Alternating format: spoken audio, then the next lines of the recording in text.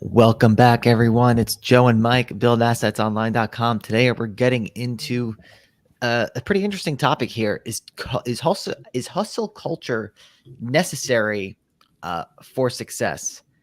And we're going to talk about how we approach this and what you could do to take it easy without falling into the hustle culture trap. But I do want to have a discussion on this first before we get to the tips, Mike, because it is an interesting topic and actually something that I was thinking about because I was thinking about all this stuff I'm doing and I feel like I'm participating in the hustle culture, but like I don't know why.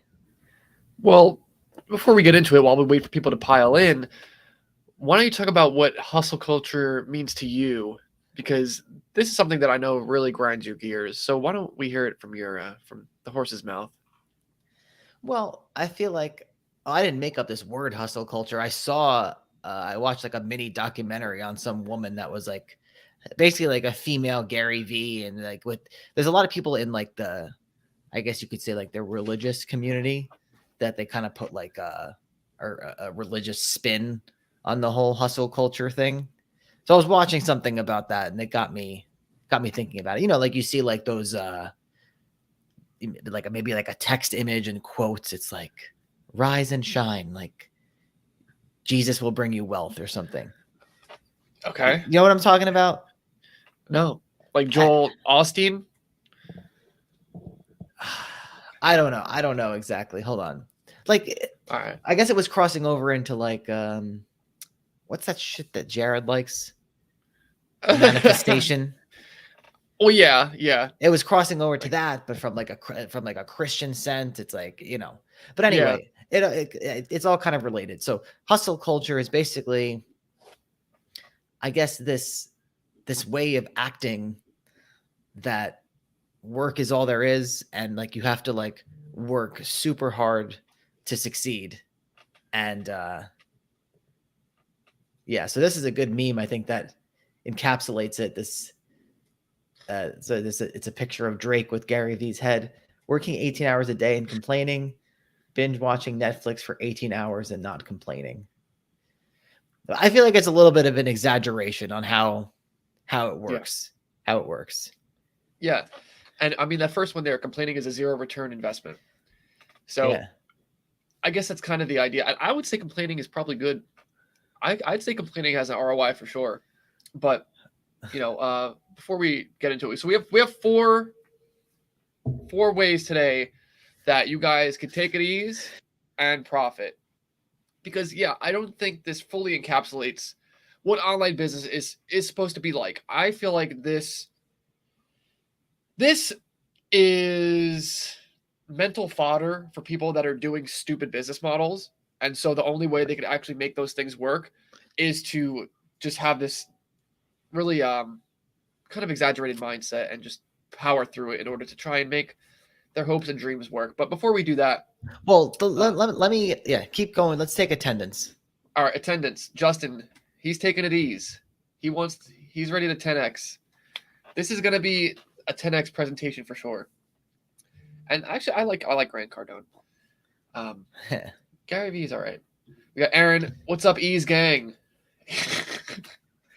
Ease Gang. Igor. Yes, you could. So yes, if anyone has questions, just leave them now or whenever they come up, and we'll get to them as we kind of go through the presentation. And yeah, we'll get to this in a second. Yeah. Igor, when we actually answer questions. Waylon got to get that Twitter account back for hustling. You deleted your Twitter or something. Byron, Oh yeah. what's up? Ready to take it easy? All right, so why don't we jump into it? Well, so I want to say that I feel like when we got into making money online, it was almost kind of the opposite. There wasn't this whole Right. hustle thing. That it was more on the so there's this which is like if you work super hard and 18 hours a day making content, you're going to be successful. But then there's the other side of the spectrum, which is like if you do this one thing, you're going to make hundreds of thousands of dollars in purely passive income a month, and everything's going to be great. And that's kind of the side that we came into it from. I mean, when we came into the game, it was like the 4-hour work week was the holy grail of internet marketing, and that's what everyone was trying to aspire to. And now things have kind of shifted in the other direction, and we've talked a little shit about the 4-hour work week as well, because I think both of these things are exaggerations. You have to find some balance, and that's what taking it easy is all about. You can't take it easy indefinitely per se, and just the idea of passive income too, I think, is a bit of a false prophet. No pun intended. But I do think that if you do things at a certain, so the whole thing, I think, to really finding the middle ground here and gearing yourself up for online business success is something in the middle. Because first of all, if you're taking Gary Vee's advice and you're working 18 hours a day, then you're not working as smart as you could be. Now, of course, some super rich people do work long hours. Many CEOs do work long hours, but you as an individual sitting in your house, like, that shouldn't be the goal of what you're doing. Now, you can do that if you're in a state of like, oh man, I'm trying to figure this out. Like, I'm super into it. There could be times when you're going harder than others, but you should be setting yourself up so you're not hustling and grinding year over year over year. Yeah, it's not to say, Joe, that you haven't gone into 18-hour SEO spirals and been on the computer, but there's times and places for these types of situations. And for me, I think some of the biggest breakthroughs we've had in our business, for me at least, have come when I was on vacation. Because I think it's when you're grinding 18 hours a day, just all the time on the computer, and I've certainly done that. It's like you kind of get lost in the sauce. But when you have to go take a vacation, number one, that's been some of the best times ever for hiring, because it was basically a do or die type situation where, I would hire someone and I wouldn't kind of want to give him or her like full control of the business, or, kind of give them the keys to the castle. And you go on vacation, you don't have a choice. They have to just step in and do stuff. And that's when you learn trust.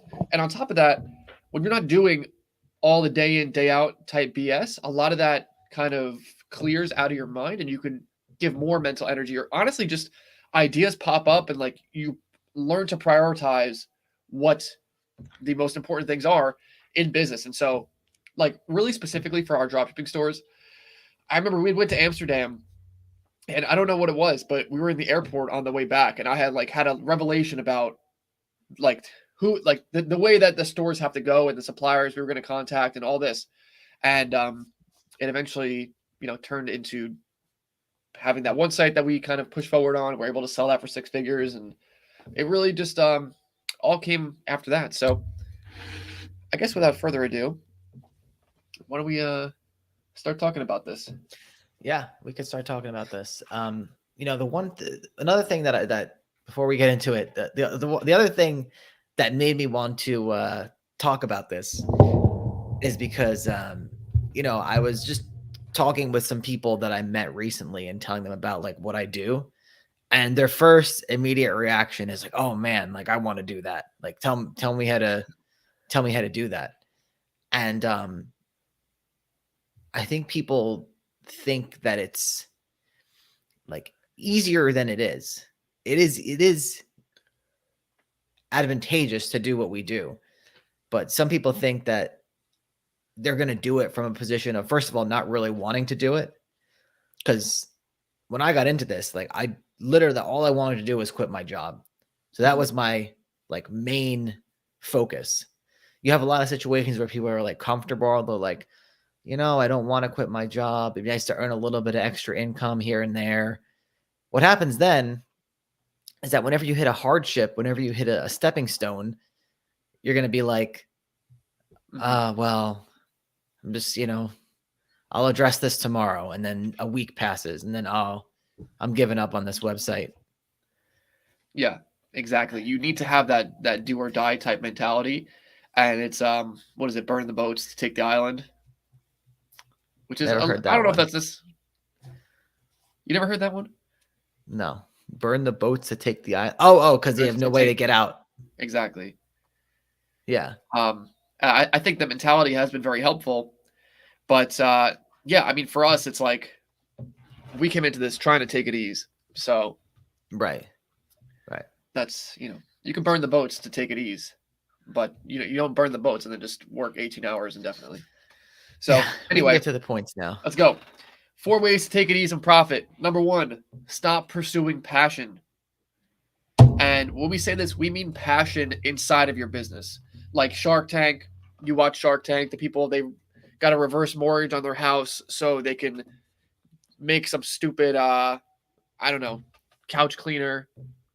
That's not a good example, but people have really stupid ideas and they become passionate about the ideas because it's something they care about, and it leads them to go down a path of pursuing a bad business model, and they make drastic decisions, they make overly emotional decisions, and they don't make the right decisions because they are attached to the business that they're going into and trying to create. That's right. And I feel like when you watch Shark Tank and people are doing that. Like, I feel like the cast of investors, they kind of encourage that in a way. They don't encourage them to take a reverse mortgage on their house, but they encourage them to be working 18 hours a day on their business. And they basically often actually what they do is that's often a trigger for them to want to invest. The fact that they're working so hard and so much on their business. Well, if I was going to invest in someone, and a business that I had I wasn't going to put any time into, I would want to see that person was hustling out of their mind, because if they truly cared about the business, then I think there's a higher chance of it having success. But in this case, we're talking about you as the person, running your own business, and it needs to be a lifestyle. So that's the key difference there. We're not here to take investor money. We're here to create something that we can live off of very, very well. And that has to be separated from passion, in my opinion. Passion is good because you may understand the business a little bit better. Maybe it gives you a little bit extra push to pursue it. But with that, you are going to possibly push something past the point that you should. Like, it may blind you from the fact that something is a bad idea. It's also probably got to remove your passion for whatever your business is. That's true too. Everyone that talks about, they get it like a particular job because they're passionate about it. 10 years later, that's probably not your passion anymore. So usually people are passionate about things that they like doing. But if something is your business, again, you are forced to do it, and there's going to be stressful moments. And now that's going to get mixed in with this thing that you're supposedly so passionate about. So again, it could even ruin a passion. So when you pick something that's purely, it just seems like a good idea to do and you don't care about it at all, you are going to make more rational decisions. You may even like it. You may be a little bit passionate about it, but the way that we do things is all set up so that we are extremely flexible. We are in the online business world, and so we're just in the cloud. We don't even exist. People are watching us from a screen. They don't know that we're really real people. This is just, we could be AI for all that they know. And so we have the ability to have 10 different websites, 15 different websites, and we can, pay less attention to some, pay more attention to others, just off the basis of, is it a good business model? Is it a good idea? Are we ranking for this keyword well? Are we making sales off this particular product? And then we can make decisions based off that versus just doing something because we like the idea. Yeah, and oftentimes there's going to be times, and we run into this all the time, time, when we don't know what to do. Mm-hmm. Like, and we're literally like, all right, what do you want to do for this website? And, neither of us have a good answer on what we should be doing. Yeah, and you need that flexibility. Because it Versus- can run into the point where it's like you have a couple options of what you could do, but the juice is not going to be worth the squeeze on it. Like, or Yeah. you're not sure if it's going to work. So if this is if you're focusing on one thing and it's your true passion, like I feel like rather than getting the low hanging fruit in a given industry, Mhm. you're just going to be going all in and trying to get the high hanging fruit. You might not get there. So instead of having lots of trees with lots of low fruit, you got one tree and you're up on the ladder and you're trying to get to the top. And I think people get confused because there is a lot of success to be had for those people that kind of climb the tree, as it were, and are able to succeed. And, they do have something good. And those are the people that you see get the deals on Shark Tank, or, the Gary V's, they had the wine thing, or, the Alex Hermosis with the gym stuff. But people don't get that. That's like, it's kind of few and far between. There's people that want to do day trading, and the people that want to do crypto, and they're obsessed with it. They're passionate about it. But the actual percentage of people that wind up successful in those things is frankly low. And so that leads us to our next point here. Number 2, you need to stack the odds in your favor with whatever you're doing. So I was talking with my friend yesterday who likes to play poker. He's very into it. He believes that he spends a lot of time, learning it, playing it, etc. And after several years, he has nothing to show for it still.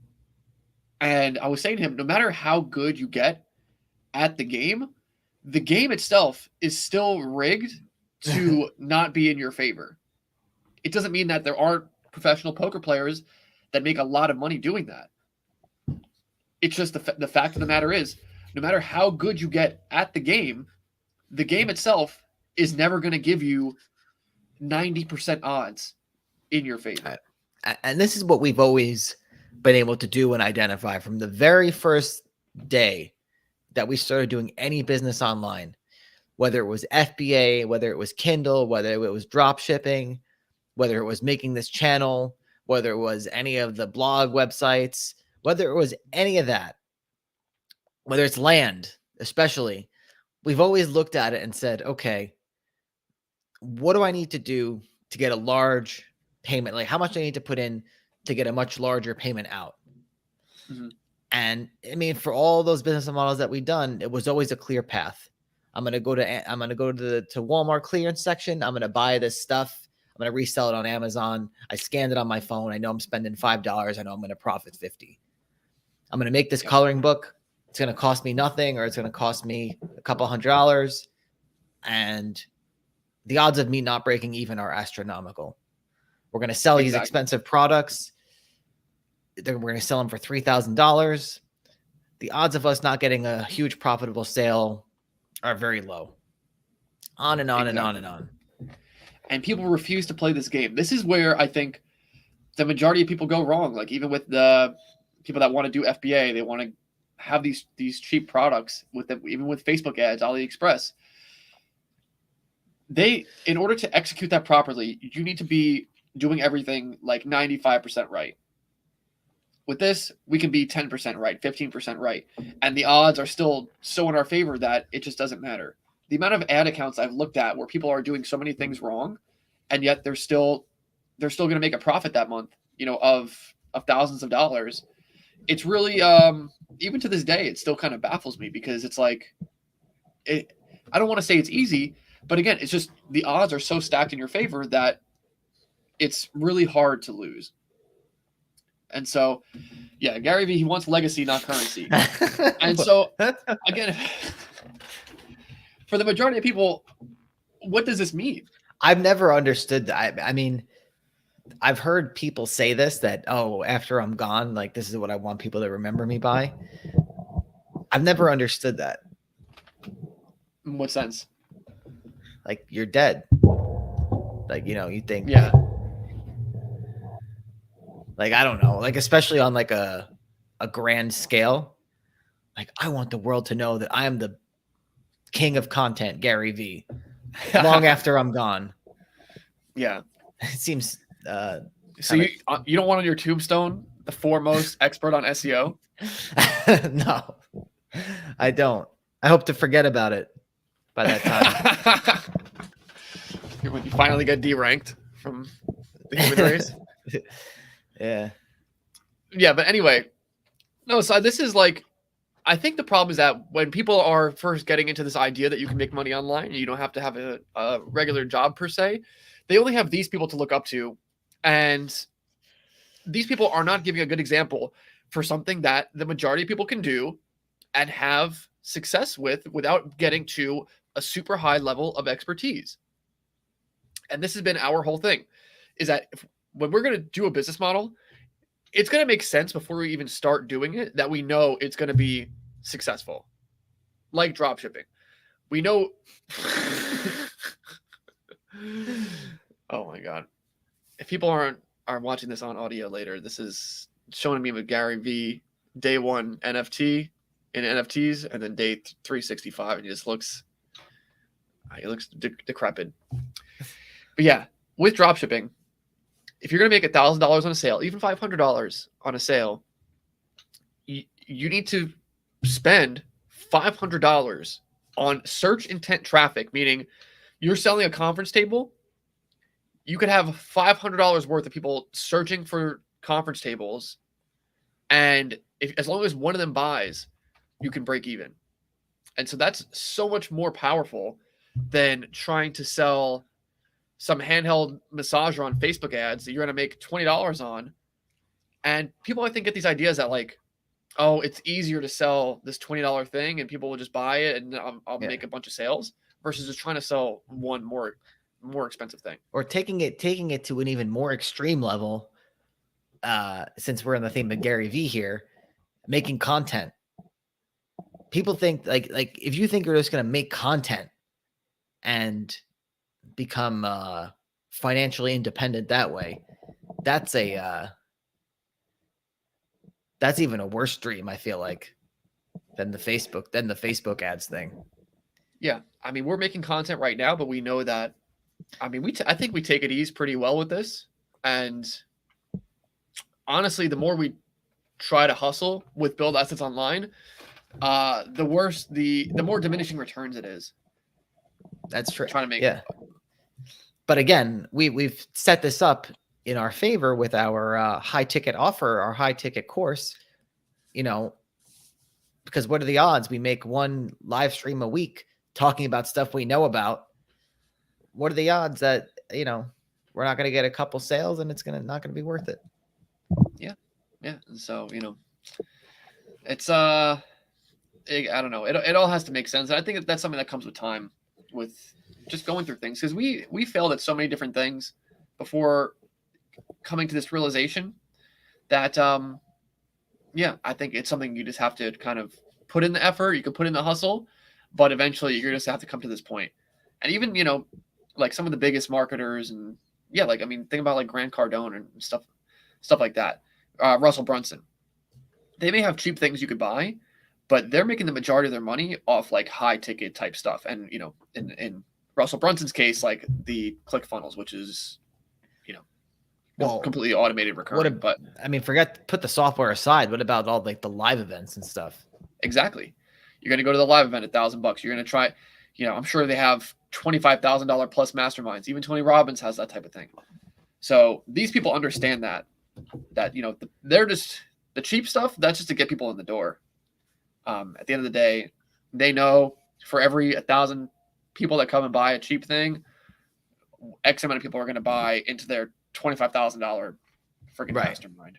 And, they probably have that infrastructure to straight up break even on their, everyone they employ. I don't know this for a fact, but everyone they employ under them to manage all these low ticket offers, all the books, all that stuff.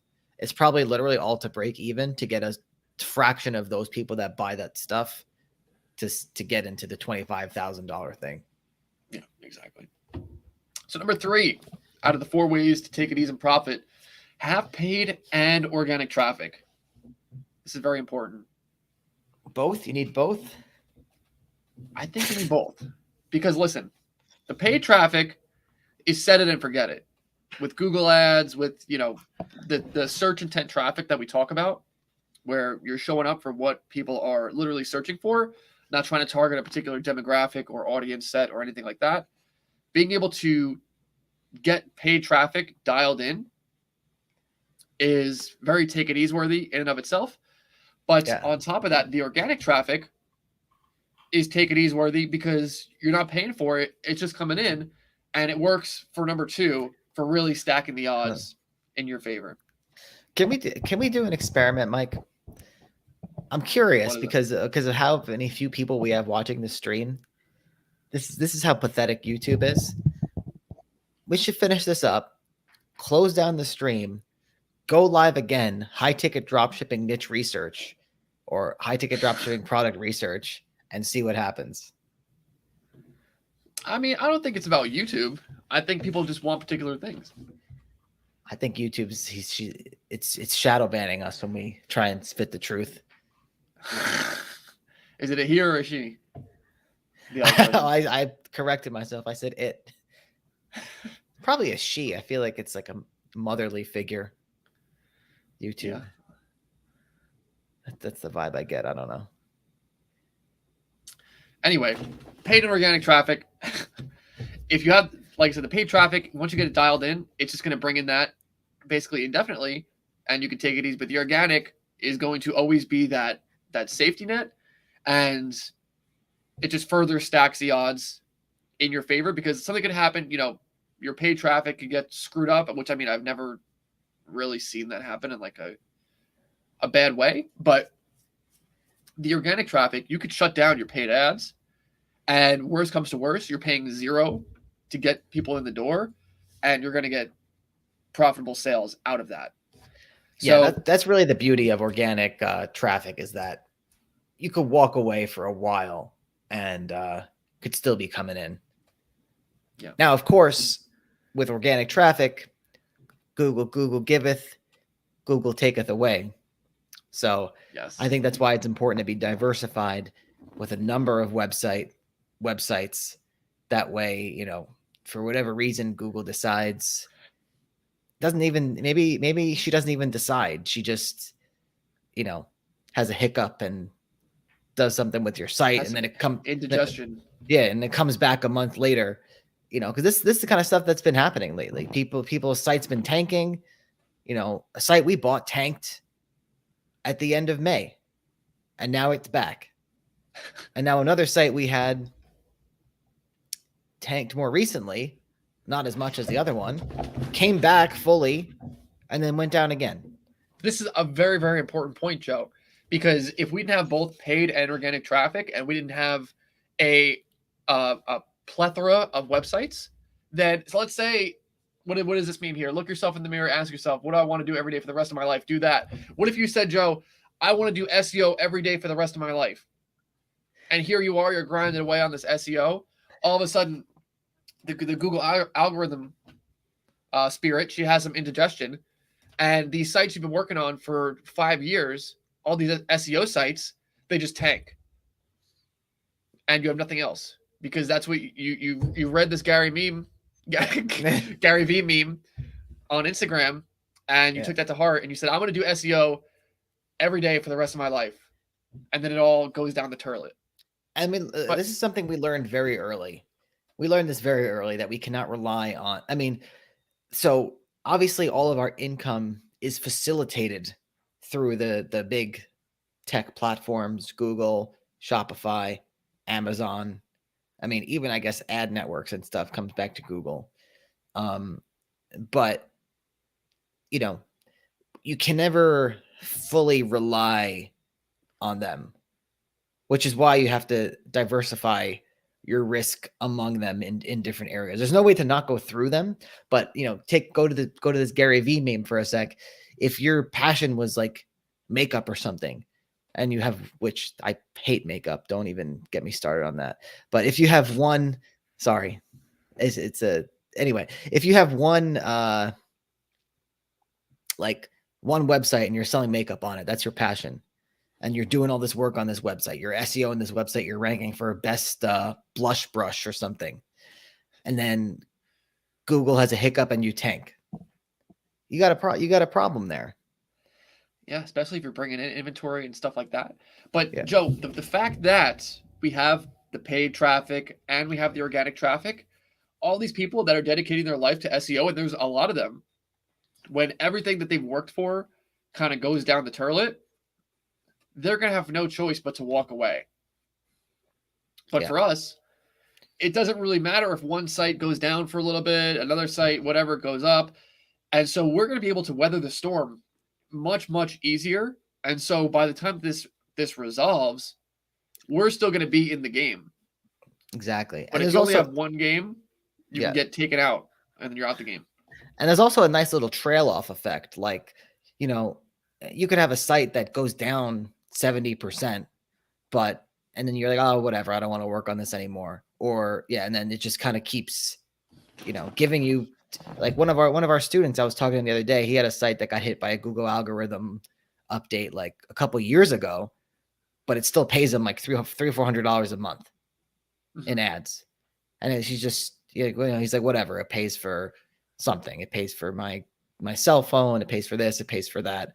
So, that trail off effect is super nice. And having multiple things in place. By the way, Waylon said you'll get canceled because you got Google and YouTube pronouns wrong. I should be careful. Anyway, I think having multiple things in place puts you in a position to, if something goes bad, you can enjoy that trail off effect. Yeah. And work on the other things. Exactly. And I don't want to harp on this too much. I want to get to the next point. But even with Kindle, for us, after we got suspended back in 2015, it was, or 2016, we were still making a little bit of money off that. We were making a couple $1,000, I think. Yeah. While literally doing nothing on Kindle. Nothing to sneeze at.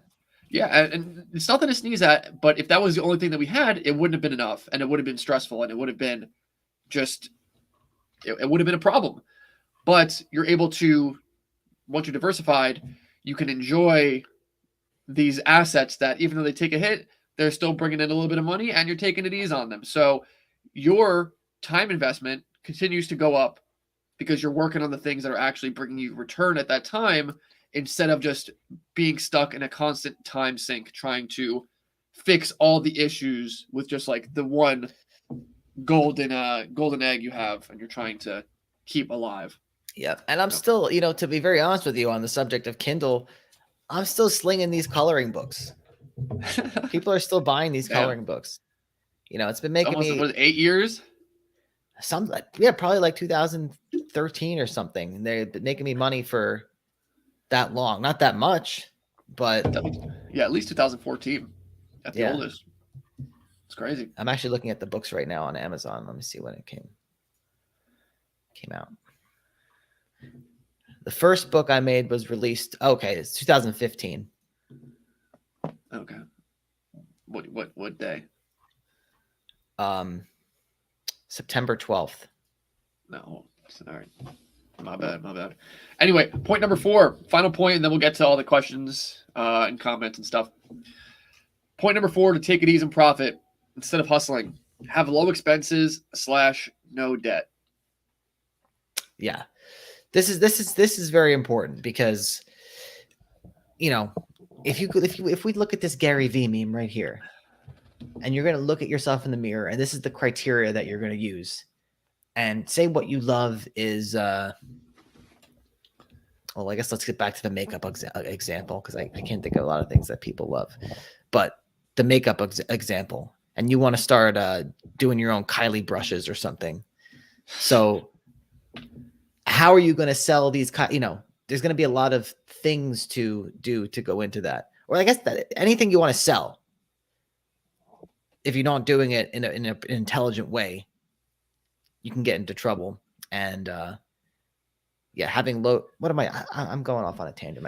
Joe, if you're when it comes to making your own product, that is certainly not a low expense activity. people oftentimes they start making a little bit of money doing the methods we talk about, and they start getting into debt because they say, "Oh, I'd rather, I'm going to increase my earnings more than I'm going to increase my debt." And you can never be sure what life holds. So Right. why wouldn't you rather, again, going back to point number 2, stacking the odds in your favor, if you have low expenses and no debt, you are literally stacking the odds so much in your favor that it's going to be so hard for you to get eliminated from the game. And getting eliminated from the game that's the only way that you're going to lose. At the end of the day, if you can continue playing the game, you're stacking the odds in your favor in terms of you have a high profit offer, whether it's high ticket dropshipping, whether it's land. The only way to lose is if you just run out of money. Right. And well, yeah, you were talking about having the low expenses, no debt thing from the perspective of these memes are crazy. You were talking about it from the perspective of, be careful how you, once you start making a little money, be careful about what how you invest into it. But I would even say, if you have a job and you have a bunch of debt and you're looking to get into any sort of online business, you shouldn't quit your job. You should clear out that debt, have everything open and ready to go. That way, any sort of roadblocks you hit, any sort of mistakes you make, they don't really matter.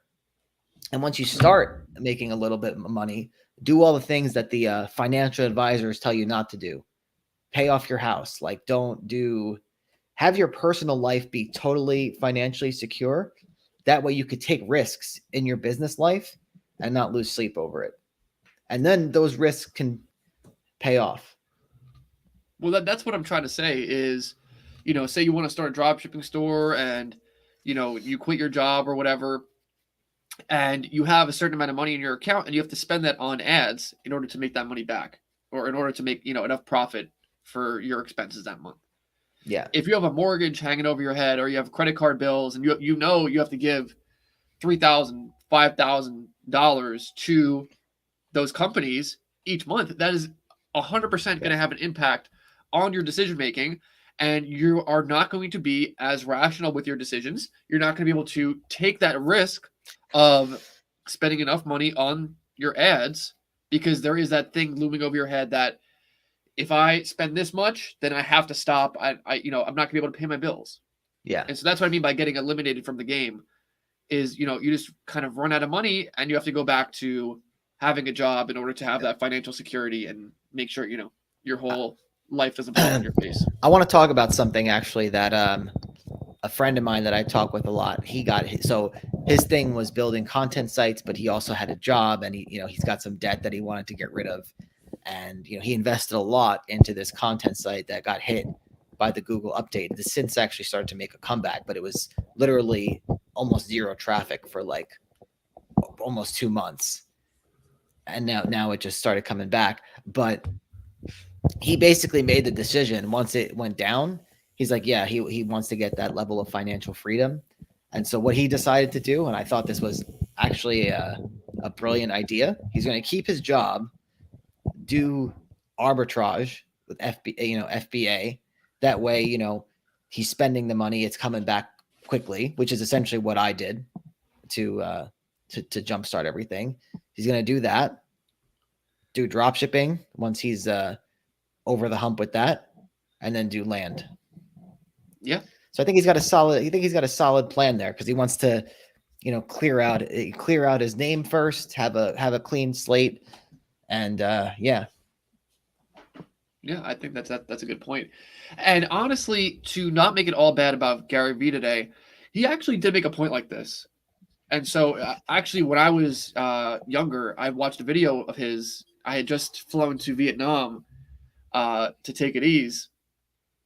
And this was kind of after we had Kindle and the Kindle business kind of got screwed up and we had the dropshipping store. And I was watching this video from Gary Vee, and he was basically explaining, like, if you're a young person right now, you're just graduated college, whatever, this is a time where you need to be, working really hard, blah, blah, blah, blah, blah. But he was making the point that, like, go live in a shitty apartment with 4 dudes and eat McDonald's so that your expenses are virtually nothing, and you can continue to work hard towards what it is you want to do. He does Like say that. stuff like this, and he basically I've seen him answer the question of like, what should I do getting started if I have no money, like I have no skills, I have no nothing, and he basically said go flip furniture on Craigslist, which Yeah. I mean, I was like, all right, that's that's good advice, I guess, but I feel like it so contradicts. I guess if I'm assuming he actually said this in this meme, skills are cheap, passion is priceless. See, that I don't understand. I don't Yeah, understand it. there's a lot of things that are contradictory. Yeah, but he at least does believe that you need to have low expenses and no debt in order to make something work. You have to Yeah. start from because that's the most advantageous point you could be at, because it just, again, it totally affects your decision making. And if you lose money, if you run out of money, then you effectively can't play the game. So that's that. Those are our 4 points here. Number 1, stop pursuing passion. Number 2, stack the odds in your favor. 3, have paid and organic traffic. Number 4, have low expenses and no debt. So, do you have anything else to add, Joe, before we get to the questions and comments? No, that's it. I feel like I did a lot of rambling this stream, but yeah. I was just thinking a lot about this because I was thinking, am I participating in hustle culture? Because I feel like I was doing a lot of things. I mean, if you're in your own home, not broadcasting that you're hustling, are you participating? I don't know, but I felt like I was really hustling, especially like these past few weeks, spinning my wheels. Well, if a Gary Vee hustles in the woods and doesn't make content about it, did he really hustle? That's true. So yeah, I guess I didn't hustle. Anyway, Aaron, busy work versus efficient work. Yes. Although when we did start, I was doing a lot of busy work myself, and it's not that that's like the end of the world, but that's not. Yeah. That's not the way to like actually scaling up, and it's not helping you besides for just keeping your expenses low and learning the business. Oftentimes you do get stuck with busy work. I was doing a lot of tax related busy work today, but I mean, who am I going to have do it? It's not like I can go to my VA and say, hey, go file this thing for me. Yeah, exactly. It's not like, again, you're in business. I'm going back to this quote here. Look yourself in the mirror, ask yourself, what do I want to do every day for the rest of my life? Do that. No one wants to be doing this stupid accounting shit unless you're an accountant. But they don't even they hate their lives. But anyway, sometimes you got to do things that suck, because you know that the result of doing those things that suck is being able to take it easy. So yeah. I don't know. And I feel like Gary Vee would say that, but then he's got quotes like this that don't quite mix with other things that he says. It's very confusing. Anyway, Martin George, I know this may be off topic, but do you guys use any platforms like AdRoll or Perfect Audience for retargeting purposes, or do you guys do all of that manually yourself? We don't use any of that. We just basically retarget manually. And to be honest, we used to use something called Retarget app, but on the store we have now, is that AdRoll? Oh yeah, maybe they changed their name. But yeah, the store we have now, I think we just have it set up like a Facebook feed through a Shopify app directly to Facebook just for retargeting. And we don't even pay attention to this. It just runs for like $5 a day. Yeah, it's such a minor portion of the business that it's like arguably not necessary at all. Forgot to get to Igor's question here. Facebook says that we generate sales from it, but I think they're lying. It's fucking cap. Anyway, Igor, Coach Nick, what's up, y'all? I have a question. It's not in stream subject though. Can I start high ticket dropshipping when I'm 17, turning 18 in December? Can you have a business as a minor? Yeah, that I don't know. Maybe ask your parents. I honestly don't know. Yeah, I mean, you'd probably want to have. I'm gonna look this up.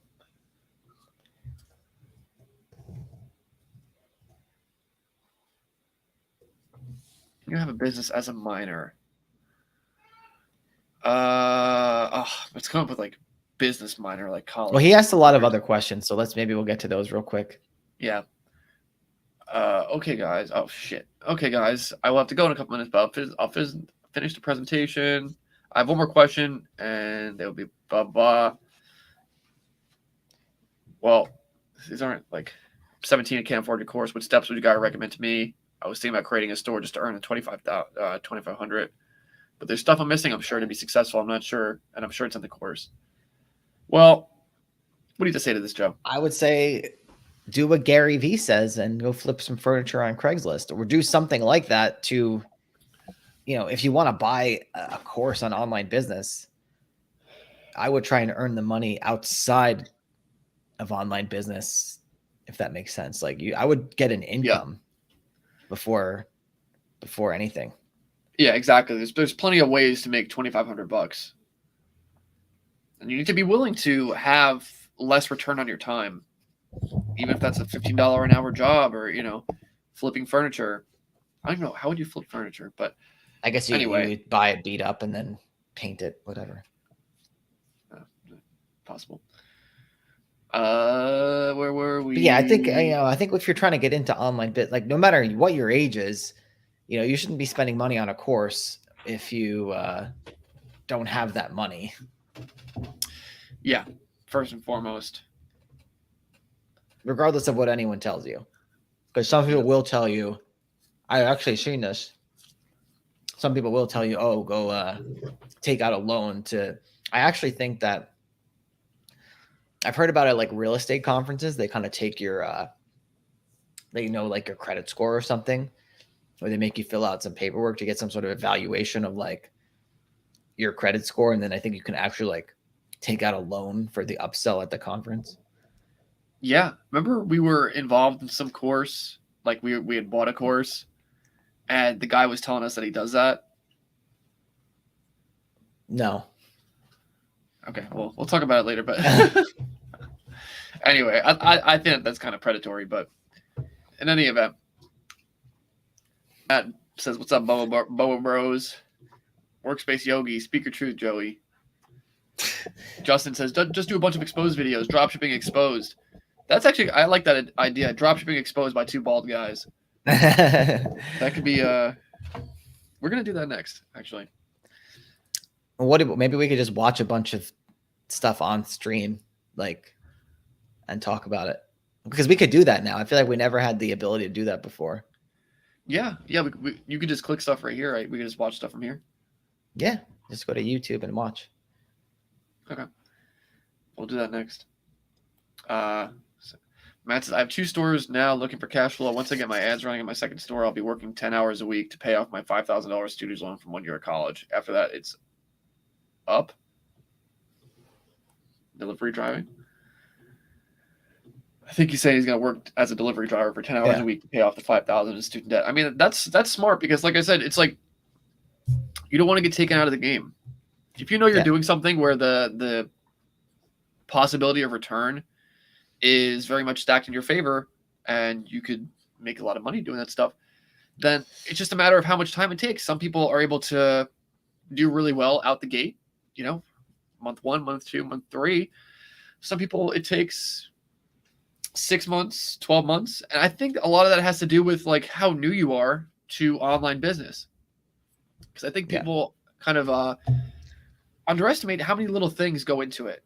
And that's why, we do like the one-on-one type coaching stuff, is because there's so many little variables and each person is so different that we want to be able to fill in the gaps for everyone. And oftentimes, it's not enough just to have a course. You can never have a course that covers every little bitty detail. Yeah. And he's very smart for doing this, to be honest with you, because it's not like you can do stuff on your store like through all hours of the day and have it make an impact. Because at the end of the day, and this is something that we didn't really talk about today, but we've talked about it before. At the end of the day, you making sales is reliant on other people. It's reliant on Google serving the ads. It's relying on people coming to your store and then coming back to your store. So, there's stuff that's like actually going on in the real world out there that you can't speed up. So during that time, if you're trying to pay off your student debt, doing a delivery thing is not a bad idea. Yeah, and even like when you're running ads, if you don't have unlimited money, you have to have a particular budget. And so if your budget is $20 a day, that's what you're going to spend on ads. It's like it's going to take time to see what products sell, what keywords convert. And it's not like people are buying. You're not getting 100 sales a day. So over the course of a month, maybe you get 30 sales. And so it takes time for the data to come in and then to make adjustments to the data or adjustments to, your ads account based off the data in order to get more sales. But then that takes another month. And so it's not an instant process.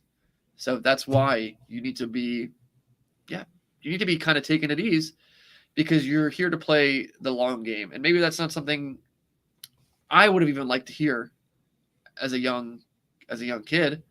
I wanted passive income and I wanted it now. But it's like you start doing stuff and you realize, all right, this isn't going to be an instant win. And so at that point, your only choice is to either quit or to keep going until you get to where you want to go.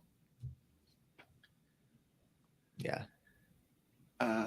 Igor says he's still here. That makes sense to not spend money I don't have. I really want to get into dropshipping, and your course is a go-to, in my opinion, when starting. Well, we're not saying don't get into it. I think what Matt said here is a good example of what you should be doing. Just go, even a part-time income and like work that while you build your dropshipping store. I mean, part-time is probably the perfect balance here, because then you'll have enough. Probably don't have many other responsibilities at 18, I would hope. But, part-time, you have income rolling in for your ads, you're saving money, you have money for the course, you have money for the products. So yeah, I think and again, it's not like you can speed up a lot of the process because you're reliant on you got to wait for the suppliers to get back to you. You got to wait for people to buy on the site. Yeah. So yeah. I think you can even start, like, if you want to start creating your website and going off of free content, you can definitely do that. And then that way, when you get the course, you've kind of gone through, like, you're familiar with how to use things, and then it makes it a lot quicker for you to like fix everything you're doing wrong. And then, you're going to be up to speed a lot quicker. So, yeah, that's my advice. So. Trevor said, just created all the training for my VA to write articles A to Z. No more writing articles myself. Feels good. Yeah, that's awesome. That is you got a smirk on your face, Joe. No, I was just thinking how we had the student the other day that was, they had a bunch of articles, and we talked about this on the last stream, how you were surprised that it was really working. I said that? Yeah, you did. No. Oh, in the last stream, no, they had one article. Oh, just one. They literally had one or two articles, and the one was like they had one article targeting one specific thing, and they were ranking for like that thing. Yeah, I'm looking at their site right now in Ahrefs. So I'm sure that page, because I know what that page is. I'm sure it ranks for a lot of other keywords as well. Yeah, and they say, yeah, good job, Trevor. Yeah, writing articles yourself is a bit of a no-no, and it's good to, you reinvest in the articles. You're getting both the paid organic traffic. The odds are stacked in your favor with the price points. It kind of becomes an upward spiral at that point. Yeah.